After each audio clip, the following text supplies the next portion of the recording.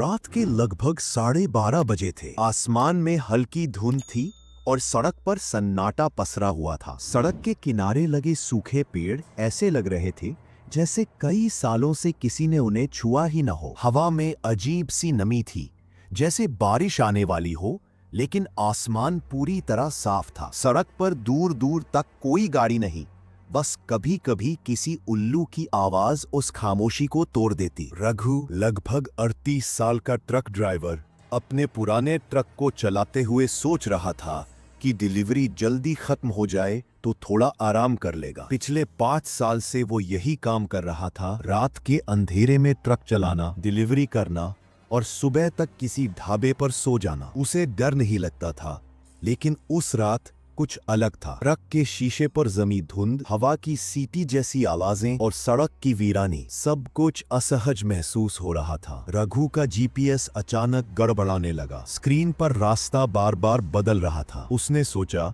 Signal चला गया होगा। तभी स्क्रीन पर एक नया रास्ता दिखा। उसने मन में सोचा 5 किलोमीटर छोटा रास्ता है, क्यों ना इसी से चला जाऊं। उसने गाड़ी उस पुराने मोड़ की तरफ मोड़ दी। सड़क शुरू होते ही माहौल बदल गया। दोनों तरफ सूखी झाड़ियां, टूटी बिजली की पोलें और बीच बीच में जंग लगे साइन बोर्ड। उस पर नाम तक मिट चुका था। हेडलाइट्स की रोशनी में सड़क पर पुराने टायरों के निशान दिखाई दे रहे थे, जैसे कोई ट्रक यहां से बहुत पहले गुजरा हो। धीरे धीरे वह और अंदर बढ़ता गया। अचानक ट्रक के रेडियो से एक धीमी सी आवाज आने लगी, मत जाओ, वापस लौट जाओ। रघु चौंका। उसने रेडियो बंद कर दिया, पर आवाज बंद नहीं हुई। उसे लगा शायद हवा का असर हो या रेडियो में कोई पुरानी रिकॉर्डिंग अटक गई हो। उसने अपने माथे से पसीना पोंछा और ट्रक की स्पीड बढ़ा दी। थोड़ी देर बाद सड़क बिल्कुल सुनसान हो गई। हेडलाइट्स की रेंज से बाहर सब कुछ काला था। तभी ट्रक के सामने कुछ दिखा। एक आदमी सड़क के बीचों बीच खड़ा। उसने ब्रेक मारा, ट्रक झटके से रुका। रघु नीचे उतरा, देखा वहां कोई नहीं था। उसने इधर उधर टॉर्च मारी, पर सड़क खाली। वह खुद से बड़बड़ाया, शायद भ्रम हुआ होगा। जैसे ही वह वापस ट्रक में बैठा, उसके कंधे पर किसी ने हल्के से हाथ रखा। वह पलटा, कोई नहीं, लेकिन ट्रक की विंडशील्ड पर एक ताजा हथेली का निशान उभर आया था, जैसे किसी ने अंदर से छुआ हो। रघु का दिल जोर जोर से धड़कने लगा। उसने इंजन स्टार्ट किया और ट्रक चलाया। अब वह बिना पीछे देखे बस सड़क पर आगे बढ़ता जा रहा था, लेकिन जितना आगे बढ़ता उतनी ही सड़क वैसी ही लगती। वही पेड़, वही मोड़, वही टूटी पोलें। उसे लगा कि वह गोल गोल घूम रहा है। उसने जीपीएस देखा, स्क्रीन फिर से ब्लैंक थी। अचानक ट्रक का इंजन बंद हो गया। रघु ने कई बार चाबी घुमाई, पर कुछ नहीं हुआ। तभी पीछे से किसी के चलने की आवाज आई, टक टक टक टक। उसने शीशे में देखा, हेडलाइट की रोशनी में एक औरत खड़ी थी।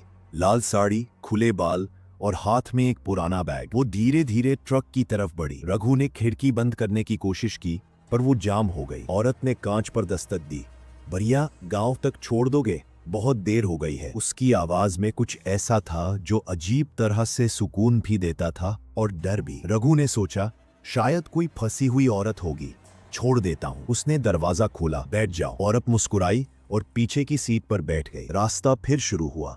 कुछ मिनट चुप्पी रही, फिर रघु ने पूछा, कहाँ जाना है? वो बोली, बस सड़क खत्म होने से पहले उतर जाऊंगी। उसकी आवाज बहुत धीमी थी, जैसे हर शब्द बोलने में तकलीफ हो रही हो। रघु ने हेडलाइट्स आगे डाली, लेकिन सामने अचानक एक टूटा हुआ पुल था। उसने ब्रेक मारा, ट्रक रुकते रुकते खाई के किनारे थम गया। रघु का सिर घूम गया। ये रास्ता तो सीधा होना चाहिए था। वो पलटा, पीछे सीट पर कोई नहीं था। वो डर से कांप गया। उसने बाहर देखा, ट्रक की हेडलाइट्स अब अपने आप झपकने लगी, जैसे किसी की सांस के साथ चल रही हो। धीमी हवा की आवाज, सन्नाटा। अचानक पीछे से वही औरत दिखी। अब वो ट्रक के सामने खड़ी थी। उसके चेहरे का आधा हिस्सा सड़ा हुआ था और आंखों में काला खालीपन। वो बोली, क्यों आए इस सड़क पर? तुम्हें नहीं पता ये सड़क जिंदा नहीं है? रघु पीछे हट गया, पर उसका पैर ब्रेक पर नहीं गया। ट्रक धीरे धीरे खुद ही पीछे चलने लगा। इंजन बंद था, लेकिन ट्रक अपने आप हिल रहा था। रघु चिल्लाया, कौन हो तुम?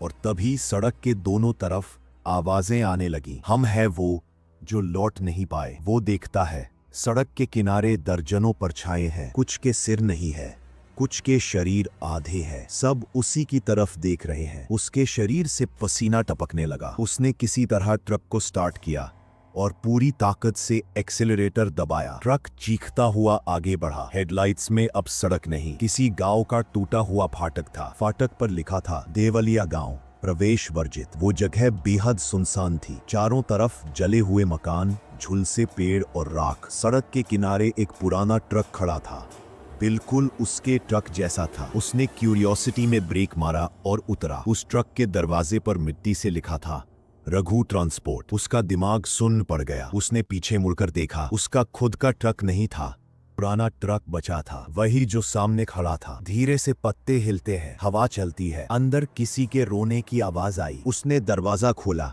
अंदर उसी औरत की लाश थी। उसके पास एक पुरानी अखबार की कटिंग पड़ी थी। देवलिया गांव के पास ट्रक हादसे में 2 की मौत, ड्राइवर रघु और उसकी पत्नी सुनीता। रघु के हाथ से अखबार गिर गया। उसका दिमाग घूम गया। वो हकलाते हुए बोला, लेकिन मैं तो। अचानक उसके पीछे से वही आवाज आई, हाँ तुम भी यहीं मरे थे।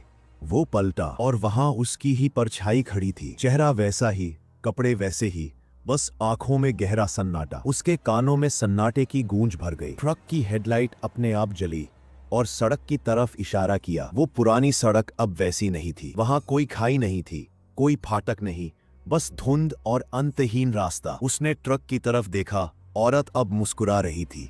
चलो रघु, अब वक्त आ गया है। हर ड्राइवर इस सड़क से गुजरता है, लेकिन कोई लौटता नहीं। धीरे धीरे दोनों परछाइयां धुंध में खो गईं। ट्रक के इंजन की आवाज दूर तक गूंजती रही, जैसे किसी और के इंतजार में हो। सुबह जब पुलिस पहुंची, सड़क खाली थी।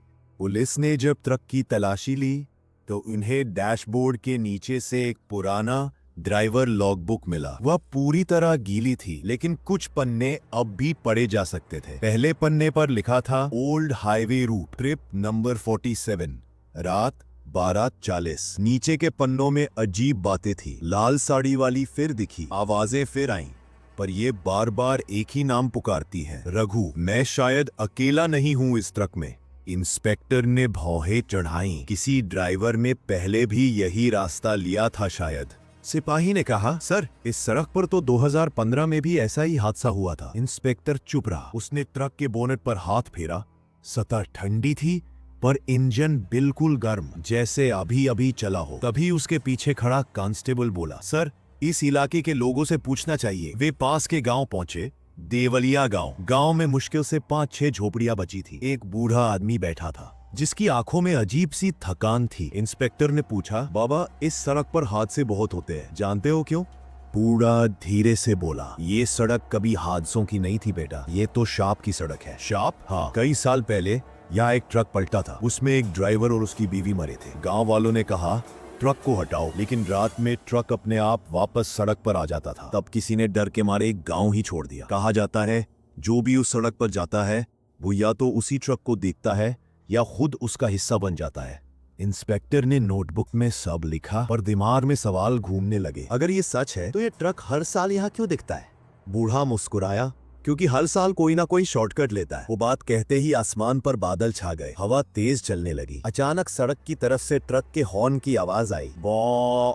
सबने देखा पुराना ट्रक वहीं खड़ा था, लेकिन उसके हेडलाइट अपने आप जल चुके थे। इंस्पेक्टर धीरे धीरे आगे बढ़ा। जैसे ही उसने दरवाजा खोला, ट्रक के अंदर वही पुराना लॉगबुक रखा था, लेकिन अब उसके आखिरी पन्ने पर नई लाइन जुड़ चुकी थी।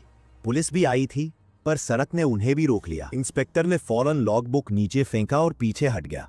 ट्रक का इंजन अपने आप चालू हो गया। सड़क पर धुंध फैलने लगी और हेडलाइट्स के बीच में वही लाल साड़ी वाली औरत खड़ी थी। वो मुस्कुराई, हाथ हिलाया, जैसे किसी पुराने सफर के साथी को अलविदा कह रही हो, और धुंध में गायब हो गई। सुबह जब गांव वाले फिर उस जगह पहुंचे, वहां ना ट्रक था न पुलिस, बस सड़क के बीच में ग्रीस से लिखा था, हर साल कोई ना कोई लौटने की कोशिश करता है, पर पुरानी सड़क कभी छोड़ती नहीं।